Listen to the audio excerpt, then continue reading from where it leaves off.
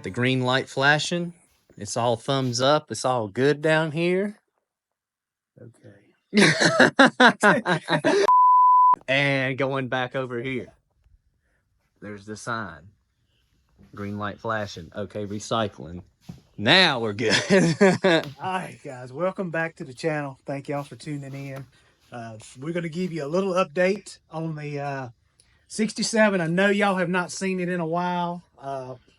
We've been working on it behind the scenes. We had probably the last video you saw of it. We were driving it down the road. We thought we were pretty much on the downhill side and had it finished. But after we drove it, it drove good, but it was just, you could not steer it unless you were moving at a good speed. In other words, like in a parking lot, or if you needed to get in your driveway, it literally was so hard to steer. You thought something was going to break before it would turn the tires. So I had to step away from it for a little while. We had other stuff that that was lined up that come in and we had to work on, because with only one lift, it gets kind of crazy as far as what we can get in here and get done, because you get something on the lift, you have it tore down and you can't do. But anyway, we're back on the 67. We think we finally got it figured out on this power steering. I've driven it, and me and Seth were talking. I was kind of hesitant to even put anything on here about it, because the last few times we did, I got so many emails and so many texts and questions about it and how to do it, and just not to be a butthole, we don't want to work on these vans. This is not our cup of tea, and don't want to work on anymore. So I don't have time to, go over everything. But so we figured we would just put a video out there and show you how we did this. Somebody's probably going to look at it and say, well, guy, you could have done it this way. Why didn't you do it this way? And I'm probably going to look at it and say, well, damn, why didn't I do it that way? I didn't even think about it like that. But that's the way it goes when you're doing custom stuff. Your mind just stays focused on figuring it out. You finally figure it out. Then you'll see another way that somebody done it. And you're like, where was my mind in? Why didn't I do it? That's so obvious. So anyway, we think we got it figured out. We're happy with it. It came with a lot of challenges. There was a lot of sometimes Jake at Prison Supply put it best: when you custom builds come with custom problems. And that was kind of the thing here. We would get something done, then we would have to change it, and then one thing that we had fixed would have to change again, because this way we had to redo it. It's just kind of been a domino effect. It's been a domino effect. It is, but that's just the way it goes, because there's no directions on this. I spent I don't know how many hours trying to find stuff and trying to get ideas on how to do the steering. And the number one answer I would get when I would get on a blog or talk to somebody on the van was, just tell them to get a big steering wheel and get used to it. Well, that was not going to cut it here. So we worked on it. We got it. I think we got it figured out. So just to show you kind of quick and what we did, just to help somebody in case they do want to do it. That's all we're going to do, is show you how we did it, put it out there, and then we're done with it. So. Right. But what we did, we put a regular Saginaw steering box on it, just like comes on the newer vans, Chevrolet trucks, on tons of different vehicles. But where that challenge came in is this box is so big compared to what was on there.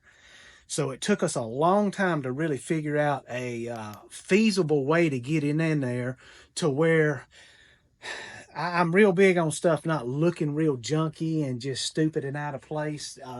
It's kind of hard to do it in this area, but I think we did it as best we could.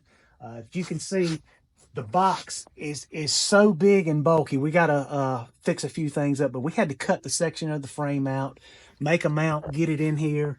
We had to custom make a pitman arm, because as you see, a straight pitman arm with here would not have worked. So it had to have a short horseshoe pitman arm.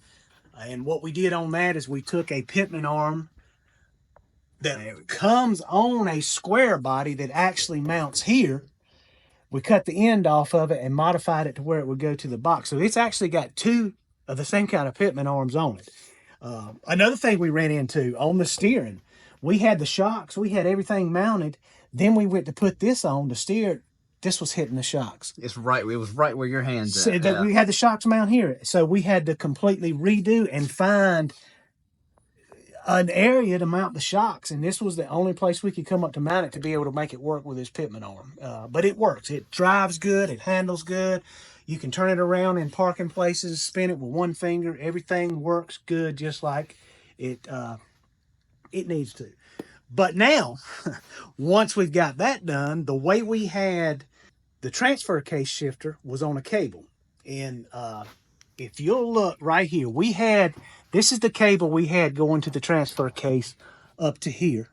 And the way we had it done, this thing had an automatic transmission in it. So we figured out a way to use the automatic shifter for the when it was two-wheel drive to actually operate the transfer case. But what it did is this piece right here, I'll pull it off and show you how this was. This was the piece that rod comes through the steering column. I'll let it down and show you. All right.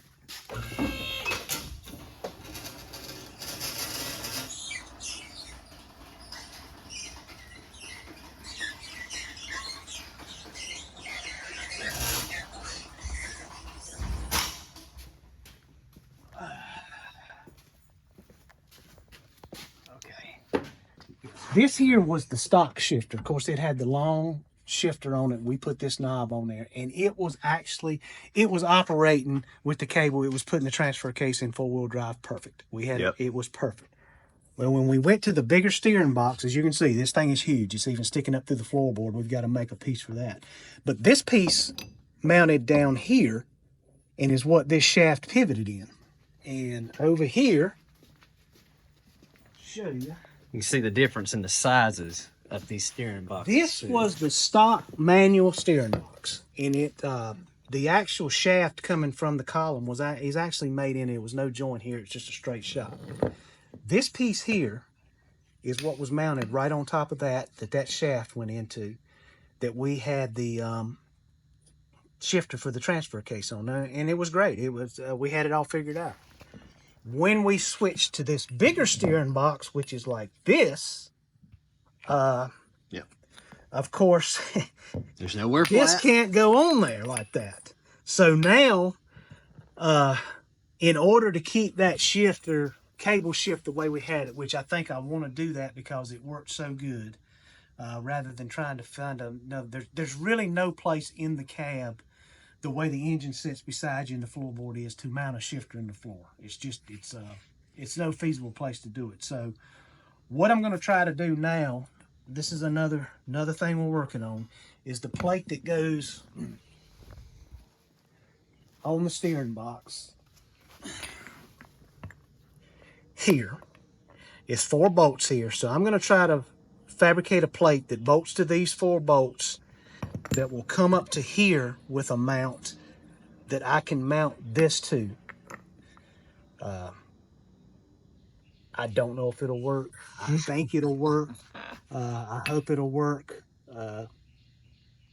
Right now, that's the only thing I've come up with. I'm going to give it a shot and see what it does. If that doesn't work, then I guess we will try to figure some way, somehow, to put some kind of shifter in the floor, which I don't want to do that because that stock column, that stock piece is there, and taking it completely out will just kind of make it look funny inside the van, and I don't really want to do that. So that's where we're at now. But you know, we just wanted to give y'all an update in case y'all didn't know. This was a 1967 G10 van that we took in on early when we started messing with vans, and just, you know, had no idea that this was going to be as big a challenge in the differences it was than what we were used to. So I was, you know, I was all excited. I jumped all over. Yeah, we can do it. My ego said, yeah, we'll do it. No problem. Right. Well, my ego bit us a little bit because it's been, you know, not to bring you down, but I've had to walk away from it a few times. Seth, tell you, it's stressed. I've pulled my hair out trying to figure it out, but we finally got it figured out. We just wanted to give y'all an update on it.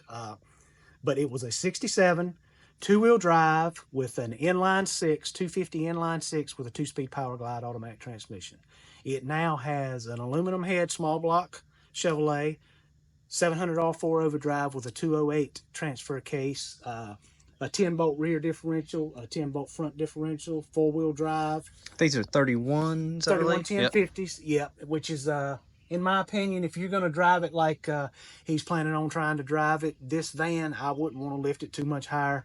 I just feel like it might be a little unstable with the way these vans are designed, being much higher than that. But it looks good the way it's sitting now. But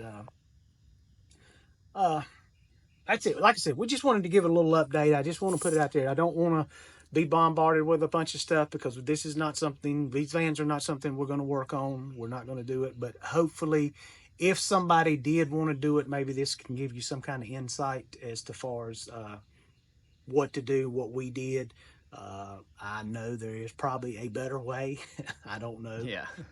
When, like I said before, if I see it, I'm probably going to just hit myself in the head and say, "Why didn't I think of that?" But anyway, you can go back and look at the builds when we started putting the 4-wheel drive under it and how we did that. But this is just an update on the steering, where we're at, and once we get all this done and finished up and buttoned up, we'll show it to you if it all works right and show you how it works and go from there.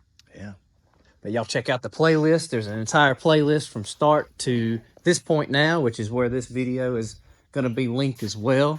So y'all check that out. But other than that, as always, thanks to OK Recycling.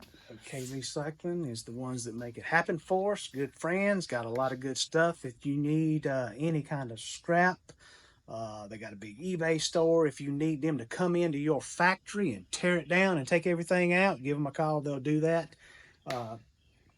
Renegade Tees, OK Recycling. You see a banner. There's their phone number, their website. Give them a call. Yep. Renegade Tees, as you were saying. Look at Renegade that shirt. Tees, it's all yeah. nice and worn. Look how tough it is, though. Yeah, this one has been through the ring. And like I said before in the last video, we had some real good ideas in Pennsylvania about some new shirts. So when we get a little bit of extra money, we're going to order some new tees. Maybe get some good merch out there. But again, thank y'all. Keep doing what you do. We do what we do.